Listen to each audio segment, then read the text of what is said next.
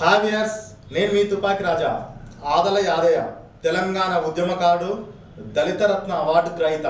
మరి ఇలా అన్నతోటి ఆ రోజు తెలంగాణ ఉద్యమంలో ఎల్బినారు నియోజకవర్గంలో తనపై ఎన్నో కేసులు పెట్టుకొని అసలు ఎన్నో సేవలు చేసి శ్రీకాంతాచారి వర్ధంతి జయంతి ఏదామన్నా కానీ చేయనీయకుండా చేసిన పాలకులు ఆ రోజు ఉన్నారు. మరి ఈరోజు ఉద్యమకారులుగా పనిచేసిన ఎంతోమంది ఉద్యమకారులని వెలికి తీసి వాళ్ళు ఎక్కడున్నా ఏమేమి సేవలు చేసిర్రు. ఎందుకంటే ఆ రోజు ఎల్బినార్ గడ్డపైననే శ్రీకాంతాచారి బలిదానం చేసుకుంటే ఆ బలిదానాన్ని ఈ తెలంగాణ రావడం జరిగింది. కానీ ఎవరైతే ఉద్యమం చేశారో ఆ గడ్డపైన వాళ్ళు మాత్రం తెలంగాణ ఉద్యమకారులానే మిగిలిపోయారు. మరి అలా భవిష్యత్తు ఏందో మరి ఆదరి ఆదరణ ఇట్లా ఉన్నారు, అనేక పోరాటం చేసినాడు, దళిత రత్న అవార్డు గిట్ వచ్చింది. ఇలా అన్నతో మంచి ముచ్చట పెడదాం అన్న. నమస్తే అన్న. నమస్తే. బాగున్నారన్నా? బాగున్నా అన్న. మీరు ఎంతవరకు చదువుకున్నారో? మీ తల్లిదండ్రులు ఎవరన్నా? మా తల్లిదండ్రులు ఆడాల రంగయ్య, లక్ష్మమ్మ. నేను 8వ తరగతి చదివిన. 8వ తరగతి చదివిన తర్వాత కుటుంబ భారం కొద్దిగా ప్రాబ్లమ్స్ వచ్చేసి డ్రైవింగ్ నేర్చుకున్నాను. డ్రైవింగ్ నేర్చుకుని లారీ అదేది డ్రైవింగ్ చేసిన అప్పట్లో ఉపాధి కోసం చేసిన తర్వాత నాకు 1986లో గవర్నమెంట్ జాబ్ వచ్చింది. పట్టు పరిశ్రమ శాఖలో డ్రైవర్. మంచి జాబ్ వచ్చింది. అట్లా చేసుకుంటూ వచ్చిన క్రమేపీ అప్పటికి ఏమైందంటే తెలంగాణ ఉద్యమం అప్పటికే స్టార్ట్ అయింది.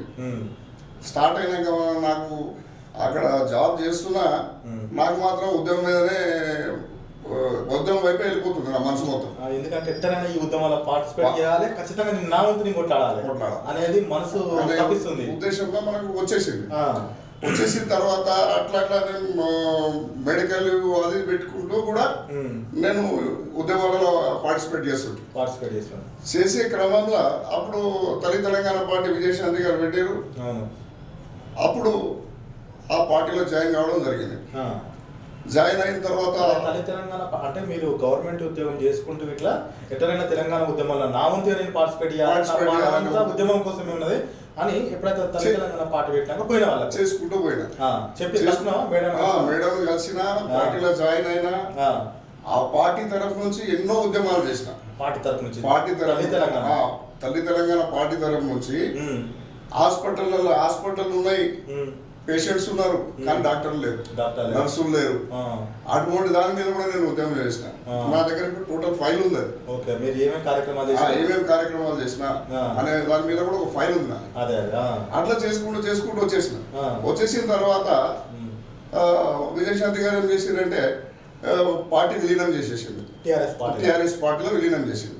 విలీనం చేసినప్పుడు ఆమె ఏం చేయాలంటే నేను కూడా రాష్ట్ర నాయకుడు నుండి జిల్లా అధ్యక్షుడు నుండి కనీసం అందరినీ సంప్రదించి అందరిని పిలిచి కూర్చునబెట్టి ఏం చేస్తే బాగుంటుంది, నేను ఇట్లా చేద్దాం అనుకుంటున్నా, ముందుకు పోదాం అనుకుంటున్నా, మీరు కూడా నా ఇంట్లో వస్తారా, ఏం చేస్తారా అనేది ఒక చర్చ చేసి ఆ తర్వాత ఆమె వెళ్తే బాగుండేది. ఆమె సడన్ గా పోయి జాయిన్ అయింది, ఎవరికి ఏ ఇన్ఫర్మేషన్ లేదు. నెక్స్ట్ డే మేము పోయేసరికి ఏంది అని అంటే మీరు కూడా రండి అవసరమైతే అని చెప్పేసి, అవసరం మీరు ముగిన తర్వాత మేము ఒంటరిగా వచ్చి మేము ఏం చేయాలి, వేస్ట్ కాదు. మీ ఎంట మేము వస్తే అప్పుడు మాకు కూడా ఒక పదవి దక్కేది. మళ్ళీ మేము సపరేట్ రావడం ఏంటది అని చెప్పేసి ఏం చేసినామంటే అట్లా కొన్ని రోజులు ఏం చేయాలో అర్థం కాక తిరుగుతున్నాం. ఆ టైంలో బిఎస్పీలో బహుజన సమాజ్ పార్టీలో మా ఫ్రెండ్ ఒక ఆయన పనిచేస్తారు. ఆయన ఒక రోజు వచ్చాడు నా దగ్గరికి, ఆఫీస్లోకి వచ్చి కూర్చొని, అన్న మరి ఏం చేస్తున్నావు, మరి మేడం దగ్గరికి వెళ్ళిపోయారు, మేడం అక్కడ వెళ్ళిపోయింది, నువ్వు ఖాళీగానే ఉన్నావు కదా, మరి ఎట్లా అని చెప్పేసి అంటే ఏం చేయాలి, ఇప్పుడు మనము ఆ రోజు మనకు ఒక ఉద్యమం బాటలో పోవాలనే ఉద్దేశంతో మనం గవర్నమెంట్ ఉద్యోగం ఉన్నా వదులుకొని వచ్చి పని చేస్తున్నాము. ఆ టైంలో ఆమె మనందరినీ గుర్తించకుండా ఆమె అక్కడ వెళ్ళిపోయింది. మరి ఇప్పుడు ఏం చేయాలి అంటే ఏం చేయదలుచుకున్నాం అన్నారు. ఇట్లా పార్టీ బిఎస్పీలో జిల్లా అధ్యక్షుడు నాకు బాగా తెలుసు, నేను తీసుకపోయి కల్పిస్తా అంటే, ఇంటికి కల్పిస్తే నేను రావుతుంది, ఒకవేళ కల్పిస్తా అంటే బీఫామ్ ఎల్పీ నగర్ నుండి బీఫామ్ నాకు ఇప్పించేటట్టయితే కలిపి నేను వచ్చి కలుస్తా. అంతే తప్ప నువ్వు ఏదో వచ్చి నువ్వు పని చేస్తుండు చూద్దాము అనే విధంగా నాకు వద్దు అని చెప్పేసి నేను మాట్లాడాలి. మంచి మాట. ఎందుకంటే ఏదైతే ఉద్యోగం వదిలిపెట్టుకొని తెలంగాణ ఉద్యోగంలో ఆమె విజయశాంతి ఆధ్వర్యంలో పనిచేయాలనుకుంటే ఆమె చెప్పకుండానే చేసేసి మరి ఇది కూడా అట్లనే అవుతుంది కదా రేపు పొద్దున అవును అనే ఉద్దేశంతో ఏం చేసినంటే పోయి డిస్ట్రిక్ట్ ప్రెసిడెంట్ అప్పుడు రామస్వామి అని ఉండే ఆయనతో పోయి కలవడం జరిగింది. కలిసిన తర్వాత ఆయన కూడా మంచి రెస్పాన్స్ ఇచ్చాడు. ఆయన ఒకటే అన్నాడు, నువ్వు పని చేస్తున్నా నేను మాట్లాడతా కోఆర్డినేటర్ తోటి అన్నాడు. అంటే నేను అట్లా చేయను, నువ్వు హామీ ఇస్తే పని చేస్తా, నేను పని ఎట్లా చేస్తానని చూడు అంతే తప్ప నువ్వు ఏదో రావాలి పని చేయాలి నేను చూస్తా అనేది నాట్ కరెక్ట్ అని చెప్పేసి మాట్లాడిన తర్వాత ఆయన ఏం చేసి లేదు కన్ఫామ్గా నేను చెప్పిస్తాను 100%. ఓకే డన్ ఆయన చెప్పిన తర్వాత ఇక్కడ బిఎస్పి జెండా కనిపించకపోతుండే నేను వచ్చిన తర్వాత జెండాలు చూపించిన మొత్తం ఒక ఎల్బీ నగర్ కాదు ఇబ్రాహింపేట ఆయత్ నగర్ ఇవన్నీ మొత్తం ఊర్లోనే తిరిగిన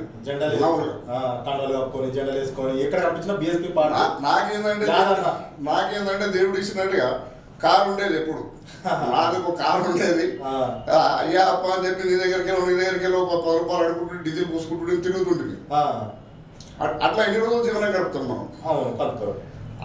అదే టైంలో మనకు బీఫామ్ కన్ఫర్మ్ అయింది నుండి కోరుకున్నా వచ్చేసి సరే అది గెలవని కూడా నాకు అవసరం లేదు, నేను అసెంబ్లీలో నా పేరు అయితే ఉంటుంది కంటెస్టింగ్ ఉంటుంది అనే ఉద్దేశంతో ఏం చేసినంటే పోయి బీఫామ్ తీసుకున్నా పోటీ చేసిన. ఇక అక్కడిక్కడ అప్పులు చేసి మొత్తానికి మనం కింద పడవద్దు కదా, పోటే ఏదైనా సరే.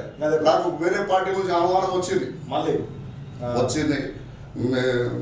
మీరు మైనస్ కానీ నేను ఇంత అమౌంట్ ఇస్తా అది ప్రెస్ ద్వారా చెప్పండి అంటే నేను నన్ను నమ్మింది ఆ తల్లి పాలు తాగి తల్లి రూమ్లో కుదిరేటప్పుడు నేను కాదు నాకు వచ్చి నువ్వు బంగారం ఇచ్చినా నేను రాను ప్రెస్ ద్వారా చెప్పాలి పోటే నాకు 10 ఓట్లు వచ్చినా సరే నేను పోటీ చేస్తా అంతే అనే ఉద్దేశంతో పోటీ చేసుకుంటే ఇక పోటీ చేసిన తర్వాత ఇక మళ్ళా ఉద్యమం నడుస్తూనే ఉంది కదా, తెలంగాణ ఉద్యమం నడుస్తూనే ఉంది. ఇంకా ఉధృతమైంది. ఆ ఉధృతమైన సమయం ఏమైందంటే నాకు ఈ బహుజన్ సమాజ్ పార్టీ కండవ వేసుకొని కూడా నేను ఉద్యమం చేసిన.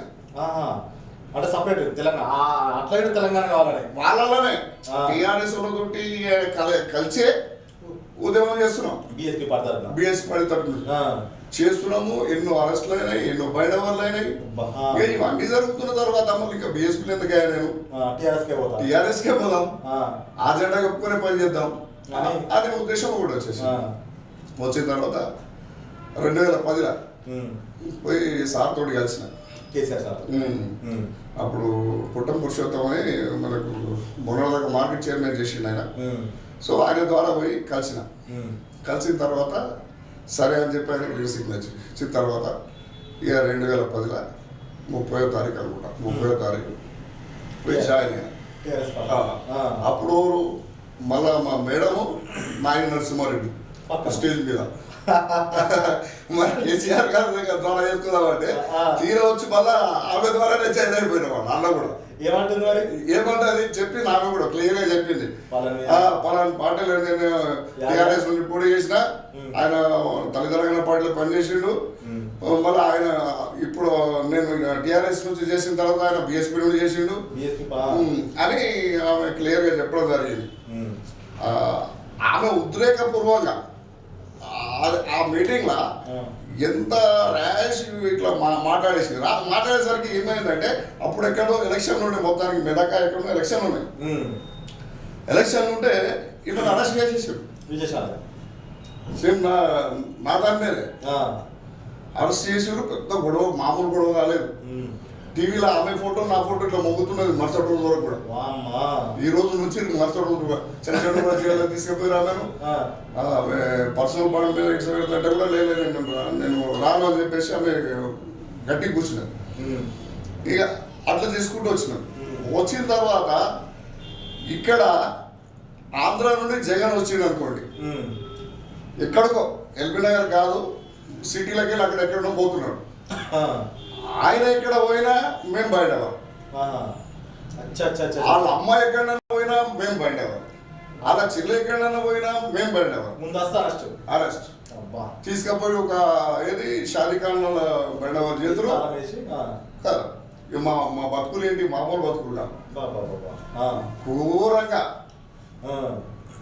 పొద్దున్న ఉండాలి, రాత్రి ఉండాలి, మనం మరుసటి రోజు ఆ ప్రకారం చేసుకుంటా. అప్పుడే పోలీసులు లాంటి వాళ్ళని మనం తప్పు, ఆ గవర్నమెంట్ ఎట్లా చెప్తారో అట్లా చేసిరు, ఉమ్మడి ఆంధ్రప్రదేశ్ చేసిరు, కానీ మనకు కొద్దిగా సహకరించలేదు. ఎక్కువ వాళ్ళు ఏం చెప్తే అదే అంత చేసిన. నేను 1964లో పుట్టిన, అప్పటి నుండి కూడా టిల్ టు డేట్ వరకు కూడా ఒక పిట్టి కేసు లేదు నా మీద, పిట్టి కేసు.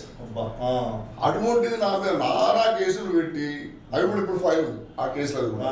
ఇంకో కేసు ఉంది, ఆ జగన్ మీటింగ్ వచ్చిన వాళ్ళకి అద్దాలు వదిలితే బస్సు ఎవడో ఎల్బీ నగర్ లేకుంటే అక్కడ ఎవడో వాళ్ళకి కొట్టి ఏదో చేస్తే 50 పక్కడికి వెళ్ళాం.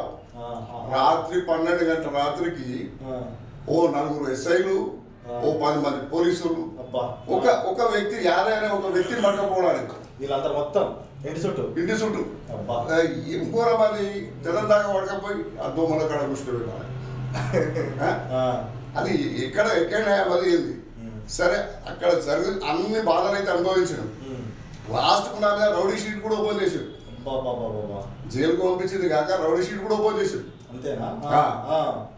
మరి నేను ఏం ఉద్ధరించినాడు ఇన్ని చేసిన తర్వాత నాకేం దక్కింది? అయితే మీరు శ్రీకాంత్ చార్జ్ చనిపోయినప్పుడు ఎక్కడ ఉన్నారు మీరు? నేను అక్కడనే ఉన్నా, ఆయన దగ్గరనే ఉన్నా. ఈ వర్ధంతి జయంతి చేస్తే ఎవరు చేయలేదు అసలు? మీరు పోలీసులు ఏం చేసినా అడ్డుకోవడమే, చేయొద్దు. ఫస్ట్ మీటింగ్ స్పాట్ చూపించిందే నేను, మీటింగ్ స్పాట్ పెట్టిందే నేను. రింగ్ రోడ్ దగ్గర శారదా వైన్స్ అని ఉంటుంది, సులభ్ కాంప్లెక్స్ ఉంటుంది, అక్కడ మొత్తం పాత రోడ్డు అంత కుల్ల జరుగుతుంది. మీటింగ్ అంతా ఆడికెళ్ళి స్టార్ట్ చేసిన ఇవన్నీ మేము చేసినాయి. మీరు తెలంగాణ ఉద్యమం కోసం విపరీతంగా పనిచేశారు. మేము ఫోన్ చేసిన ఇప్పుడు యూనివర్సిటీలో చిన్న గొడవ స్టార్ట్ అయిందంటే ఎల్బీ నగర్కు మెసేజ్ వస్తున్నాయి, వెంటనే మెసేజ్ వస్తున్నాయి. అక్కడ స్టార్ట్ అయ్యేది అజం గారు స్టార్ట్ అయిపోతుంది.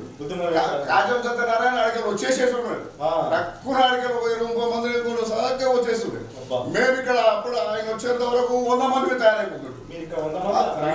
రింగ్ రోడ్ సరౌండింగ్ మొత్తం కాజం సత్యనారాయణ అయింది, గుంటూరు వెంకటేష్ గౌడ్ అయింది, నేను ఇంతమందిని కూడా పూర్తి సలహా చేశాడు. ఏ ఉద్యమం చేసినా ఎక్కడ ఫెయిలియర్ కాలేదు, ఏం లేదు. అయినా ఇలా కాచం సత్యనారాయణ మైనస్లే ఉండు, గుంటూరు వెంకటేష్ మైనస్లే ఉండు, ఆడల యాదయ్య మైనస్లే ఉండు. ఇప్పుడు ఇంత చేసిన తర్వాత కనీసము కాంగ్రెస్ పార్టీ నుంచి టీడీపీ పార్టీ నుంచి వచ్చిన వాళ్ళకు నామినేటెడ్ పదవులు ఇస్తుంది. కనీసము ఉద్యమాలు చేసారు కదా. ఇప్పుడు ఆ రోజులలో ఇంటెలిజెన్స్ ఉంది కదా, ఓకే మీకు తెలియదు అంటున్నావు కదా, ఇంటెలిజెన్స్ అయితే ఉంది కదా. ఇంటెలిజెన్స్ ఏం చేసింది? ఇంటెలిజెన్స్ రిపోర్ట్ ఎవ్రీడే ఇవ్వలేదా మీకు? ఎక్కడ ఎవడు పని చేసిండు, ఎక్కడ ఎవడు అరెస్ట్ అయ్యిండు, ఎక్కడ ఏమైంది అనేది మీకు ఇంటిమేట్ ఉంటుంది కదా. మరి అటువంటిప్పుడు అట్లనన్నా కనీసం గుర్తించి ఆయనకు ఒక పదవి ఇద్దాం, ఏదో ఒక పదవి ఇద్దాం. సరే పార్టీ పదవి ఇద్దామా, లేకపోతే నామినేట్ పదవి ఇద్దామా, ఏదో ఒకటి ఇద్దామా. తన ఉద్యోగం వదిలిపెట్టుకుంటున్న వ్యక్తిని ఏదో ఒక కాపాడుకుందాం మనము, ఇచ్చి సన్మానిద్దామన్న కాన్సెప్ట్ వాళ్ళకి లేదు. ఎవరైతే వ్యతిరేకులు ఉన్నారో వాళ్ళందరూ తీసుకొచ్చి తెలంగాణ ఉద్యమంలో పదవులు ఇచ్చారు. ఆ రోజు టిఆర్ఎస్ అసలు చెప్తున్నా బాధ అనిపిస్తుంది మనసుకు. మా కార్లకు జెండా, మా కార్లకు టిఆర్ఎస్ జెండా కంపల్సరీ. మేము జెండాలు పట్టుకొని కండవలు వేసుకొని రోడ్ల మీద కొట్టుంటే అవతల పార్టీలు కాంగ్రెస్ పార్టీ కానీ టీడీపీ పార్టీ కానీ వీళ్ళు పిచ్చోళ్ళ లాగా చూస్తుంటున్నాం. అదే ఏదో పిచ్చి కూడా కొడుకులు ఇట్లా పోతున్నారు. తక్కువ మంది ఉండే నవ్వుకున్నారు, ఈ తెలంగాణ వస్తుంది చేస్తుంది అని వీళ్ళు ఎందుకు తిరుగుతున్నారు అని నవ్వుకునేది. నేను ఒక రోజు మటన్ షాప్ కాడ మటన్ తీసుకున్నాను పోయిన 7 గంటలకు. మటన్ తీసుకున్నాను పోతే అక్కడ ఒక ఆంధ్రుడు అక్కడ ఉన్నాడు. ఆ జేఏసీ అప్పుడు మన కోదండరాము వాళ్ళు జేఏసీ జులుసు పోతున్నాడు అక్కడ రోడ్డు దగ్గర. పోతుంటే ఒక ఆమె పాపం అక్క కావాలి, అవును. తమ్మి వీళ్ళందరూ ఎక్కడ పోతున్నారా, మన తెలంగాణ ఎప్పుడు వస్తుంది అంటే వస్తుందాక పోరాటం చేస్తేనే రఘు అంతా పోతలేరంటే అగో వాళ్ళు తెస్తాను పోతున్నారు అని చెప్పి వీడు హాస్యంగా మాట్లాడేసి నేను కట్టుకొని సత్తులు తీసుకొని లేదు సంపేసా బిడ్డ అని చెప్పిన. సంపేసా నేను ఏం మాట్లాడుతున్నావు ఇక్కడ మా దగ్గర బతుకుంటాను మా మమ్మల్ని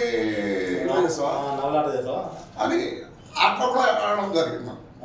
అన్న మీ దళిత రత్న అవార్డు ఏ సంవత్సరం వచ్చిందన్న, దేని గురించి వచ్చింది? అంటే దళిత రత్న అంటే ఇప్పుడు మనం దళితుల కోసం చాలా పనులు చేసినాం. ఓకే, అన్ని సంఘాలలో పనిచేసినాము, మనకు మంచి గుర్తింపు ఉంది. అప్పట్లో ఏం చేసిన టీఆర్ఎస్ ప్రభుత్వం ఉన్నప్పుడే ఇచ్చారు దళితరత్న అవార్డు. అప్పుడు ఈటల రాజేంద్ర చేతుల మీదుగా మనకి ఇచ్చారు. ఇప్పటికి కూడా అన్ని సంఘాలకు కూడా మనం పనిచేస్తాం, అన్ని సంఘాలకు పనిచేస్తాం. అంటే ఏదైతే మనకు మంచి ప్రోగ్రామ్ అనేది నచ్చుతుందో దానికి తప్పనిసరిగా మన సహాయం ఉంటుంది, మనం కంపల్సరీగా ఉంటాం. ఇవాళ అంబేద్కర్ కానీ, బాబు జవహర్ కానీ, లాల్ బహదూర్ శాస్త్రిది కానీ ప్రతి ఒక్క ప్రోగ్రాంలో మేము చేస్తాం.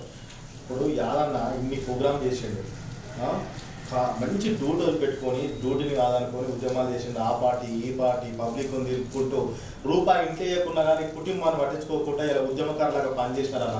మరి ఇలా లాస్ట్ చూసేవరకల్లా మీరు అన్ని పార్టీలు ఏ జెండాలు వద్దు నాకు అని మళ్ళీ సొంతంగా పని చేసుకుంటున్నారు. ఆ తెలంగాణ వచ్చినాక ఇట్లా మిమ్మల్ని గుర్తించే నాయకులు లేరు. ఏదైతే ఉస్మానియా క్యాంపస్లో ఆడకి ఇంత శబ్దం అయితే వీడికి ఉక్కొచ్చేది, ఆడ మీరు రెడీగా కూర్చునేది. మరి ఈరోజు యాదన్న మీలాంటి వాళ్ళు అనేక మంది ఉన్నారు ఉద్యమకారులు, మరి వాళ్ళ పరిస్థితి చూసినట్టయితే మరి ఘోరంగా ఉన్నది. మరి మీరు ఏం చెప్పాలనుకుంటున్నారు అన్న ప్రభుత్వానికి? కనీసం నేనన్నా ఈ స్టేజ్ లో ఉన్నా, నా పని నేను చేసుకుంటూ బతుకుతున్నా. అవును, ఆ రోజులలో నా కొడుకు కూడా ఉద్యమంలో పాల్గొన్నాడు. నా కొడుకు కూడా పేరన్నా ఏ శ్రీనివాస్. ఇప్పుడు ఏం చేస్తున్నాడు? ఇప్పుడు ఒక జిమ్ పెట్టుకొని బతుకుతున్నాడు. అప్పుడు ఆయన మీద కూడా కేసులు అయినాయి, నా మీదనే కాదు ఆయన మీద కూడా కేసులు అయినాయి. మమ్మల్ని ఆడ డీసీఎం పెట్టి కుక్కలను గుంజి చేసినట్టు వేస్తుంటే ఆడ ఉండి ఆ షాప్ లో వాళ్ళు ఏడుతురు పాపం వాడరు. ఏంది ఇట్లా ఇంత ఘోరం ఏంది, వాళ్ళు చేసేది ఏంది, ఏం చేసారు, ఏం తప్పు చేసారు, అంత ఘోరంగా. ఇప్పుడు ఏంటంటే మనకు సుధీర్ రెడ్డి గారు ఎమ్మెల్యే, మన ఎల్బీ నగర్ ఎమ్మెల్యే సుధీర్ రెడ్డి గారు మీటింగ్ పెట్టాడు ఉద్యమకారుల కోసం అని మీటింగ్ పెట్టాడు. ఓన్లీ స్పెషల్లీ ఉద్యమకారులు పిలిచిండు, అందరితోటి మాట్లాడిండు. మాట్లాడుకున్నాం మామూలుగా, సరే మీ సమస్యలు ఏంది ఏం కదా అని చెప్పేసి ఆయన అడిగితే మేము చెప్పినాం, ప్రతి ఒక్కరు కూడా అన్ని సమస్యలు చెప్పినాం. ఇప్పుడు యాదన్న ఉండు, నేను ఈ పని చేసినా గిది అని చెప్పి మీరు చెప్పారు, అట్లా అందరు చెప్పుకున్నారు. అలా నేను చెప్పిన మా ఉద్యమకారులకు ఈఎస్ఐ కార్డు కావాలి, పెన్షన్లు కావాలి, డబుల్ బెడ్రూమ్ కావాలి, ఉద్యమంలో పనిచేసిన వాళ్ళకు నామినేటెడ్ పోస్టులు మాకు ఇంత గుర్తించి నామినేటెడ్ పోస్టులు ఇవ్వమని చెప్పేసి కూడా అడగడం జరిగింది. అడిగిన తర్వాత ఆయన ఓకే అన్నాడు, మీకు నాతో అయ్యేది, నేను పెద్దాయన దగ్గరికి పోయి నేను మాట్లాడతా మీ సమస్యల మీద, ఒకవేళ ఫైనాన్షియల్గా ఏమన్నా మీకు బెనిఫిట్స్ ఏమన్నా ఉన్నాయంటే కరెక్ట్ ఫస్ట్ మీకే ఇస్తాం ఉద్యమకారులకు, మీకే ఇస్తాం, మీకు ఇచ్చినాకనే వేరే వాళ్ళకి ఇస్తాం మంచి మాట అని ఆయన మాట ఇచ్చాడు. ఇంకోటి డబుల్ బెడ్రూమ్లు కూడా నేను ఇప్పిస్తాను అన్నాడు. ఆయన ఒక మాట ఇచ్చాడు. మరి ఇప్పుడు నా కోరిక ఏంటంటే, సరే ఓకే, ఇప్పుడు దళిత బంధు అనే కూడా వచ్చింది కదా 10 లక్షలు. ఇప్పుడు మా పిల్లలు ఏ ఉద్యోగాలు చదువుకున్నారు, ఏ ఉద్యోగాలు లేక రోడ్డు పాలైపోయారు. కనీసం ఈ దళిత బంధు ఉద్యమాలు చేసిన వాళ్ళకు దళిత బంధన ఇప్పిమని చెప్పి నేను ఎమ్మెల్యే గారిని నేను రిక్వెస్ట్ చేస్తున్నాను. ఇప్పుడు మళ్ళీ చెప్పడం జరిగిందా? ఇప్పుడు మీకు ఏమన్నాడు, మేము ఏదైనా ఉంటే ప్రాధాన్యత ఫస్ట్ మీకు ఇచ్చిన తర్వాత ఇప్పుడు మళ్ళీ ఏమన్నా చేయడం జరిగిందా? ఇప్పుడు ఆయన ఇంకేం చెప్పడం జరగలేదు. అయితే మొన్న డివిజన్ ప్రెసిడెంట్ తోటి మాట్లాడితే, డివిజన్ ప్రెసిడెంట్ ఏం చేయాలంటే కార్పొరేటర్, మాజీ కార్పొరేటర్ శ్రీనివాసరావు ఉన్నాడు, ఆయన ఎవరెవరిదో పేరు రాసిండు అన్న, మరి ఇది రాయలేదు అని అంటే, ఇప్పుడు నిన్న మొన్న వచ్చిన పిల్లలకు కూడా నువ్వు పేరు రాసినావు అని అంటే ఏంటి దళిత బంధు అప్పుడే పేరు రాసుకున్నారా? పేరు రాసిన లిస్ట్ పంపించారు ఎమ్మెల్యే గారికి. ఎంతమంది 100 కుటుంబాలు 100 కుటుంబాలే అప్పుడే పంపించేసారా? అప్పుడే పంపించేసి పంపేసి అలా పేరు చూస్తే ఏమున్నది తెలుసా, అంతా బచ్చగాళ్ళు ఉన్నారు. 25 ఏళ్ళు 20 ఏళ్ళు 22 ఏళ్ళ పిల్లలు ఉన్నారు. మరి మేము చేసిన వాళ్ళము ఇక్కడ నెత్తి పడిపోయింది, మరి మా పేరు ఎట్లా లేదు? ఆ కార్పొరేటర్ కు తెలవాలి కదా.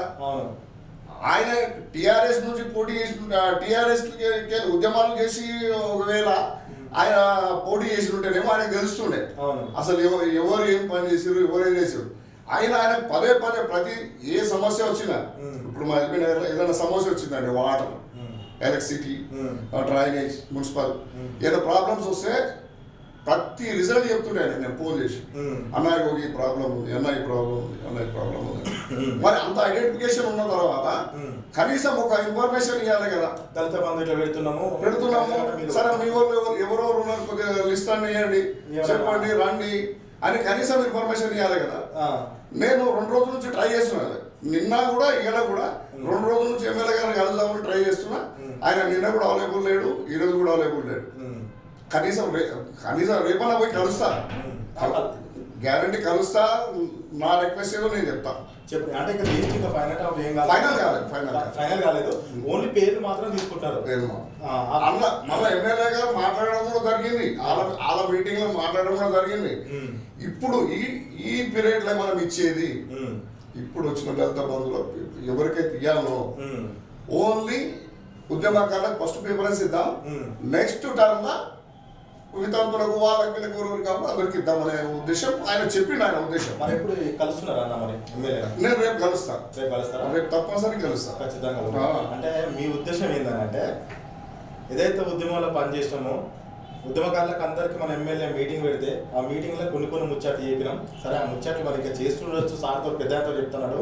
ఈ 10 లక్షలు ఏదో దళిత బంధు వచ్చింది, అయితే ఎవరైతే మనం ఇప్పుడు తిరిగినారో వాళ్ళకు ఉద్యమాల్లో పనిచేస్తుంటారు, ఆ ఉద్యమకారులకు ఇట్టనాలు ఇస్తే వాళ్ళకి న్యాయం జరుగుతుంది, ఏదో ఒకరు పెట్టుకొని బతుకుతారు మన దాని మీద ముచ్చట పెడతారు అడుగుతున్నారు. ఖచ్చితంగా.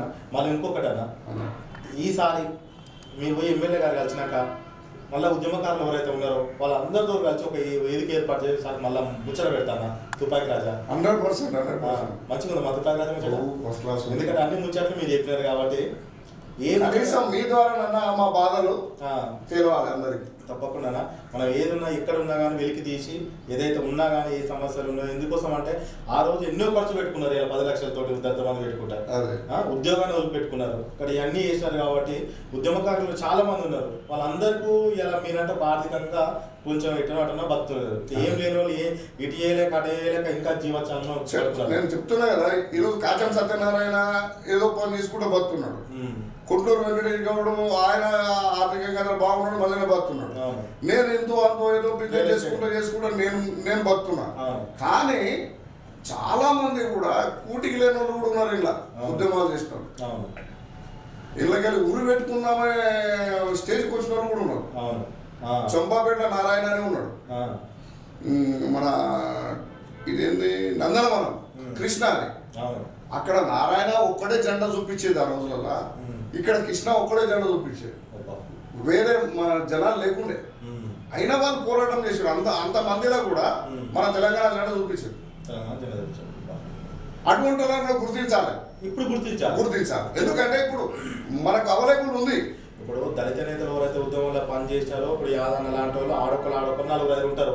అన్న ఆయనతో ఒక మీటింగ్ ఏర్పాటు చేయండి, సార్ తోటి ఎమ్మెల్యే గారితో మీటింగ్ ఏర్పాటు చేసి ఎవరికి ఇస్తే బాగుంటుంది ఏందని అంటారు, చేస్తారు. ఒక 4-5 50% వాళ్ళకి ఇచ్చిన 50% వీళ్ళకి ఇచ్చిన అప్పుడు అందరికి న్యాయం జరుగుతుంది. అంతే ఏమంటారు? చూసింది కదా ఆదల యాదన్న ఎన్నో ముచ్చట్లు చెప్పిండు. గవర్నమెంట్ ఉద్యోగం వదులుకొని దళిత కుటుంబంలో పుట్టి తిననీకే తిండి లేని సమయంలో ఇట్లా ఒక ఉద్యోగం సంపాదించుకొని ఆ ఉద్యోగాన్ని పక్కన పెట్టి తెలంగాణ పార్టీ, బీఎస్పీ పార్టీ, ఆఖరికి 2 పార్టీలు పక్కన పెట్టి టీఆర్ఎస్ పార్టీలో పనిచేస్తా అని చెప్పి కేసులు అన్నం నిందామన్న ఏ అర్ధరాత్రి పోలీసులు వచ్చి అరెస్ట్ చేస్తారు, ఎందులో రౌడీ షీట్ గిట్ట ఓపెన్ చేస్తారు. ఎక్కడ ఏం జరిగినా కానీ యాదన తీసుకుపోయి లోపలేసేది. కనీసం ఇలా తెలంగాణ వచ్చినాక ప్రభుత్వం వచ్చినాక ఇట్లా ఇలా మమ్మల్ని పట్టించుకుంటలేరు, మమ్మల్ని చేస్తలేరు, ఇంతవరకు న్యాయము అని ఓ ఎమ్మెల్యే గారు సుధీర్ రెడ్డి గారు ఇల్మార్లో ఒక మీటింగ్ పెడితే ఇట్లా వాళ్ళ సమస్యలు చెప్పుకున్నారు. ఇప్పుడు ఇట్లా ఏంటంటే ఎవరైతే దళిత నేతలు ఈరోజు ఉద్యమంలో పనిచేసినారో కొంతమంది ఉన్నారో ఫస్ట్ ఈ 100 మెంబర్స్లా ఆ దళిత బంధు ఇస్తానన్న అట్టనన్నా లేదా మనం చేసుకొని బతారు ఇట్టనన్నా న్యాయం చేసినట్టు అయితే అని మరి యాదన్న అంటుండు. మరొక లీడర్తో తుపాకి రాజా ముచ్చట పెడతాడు. ఉంటా మరి.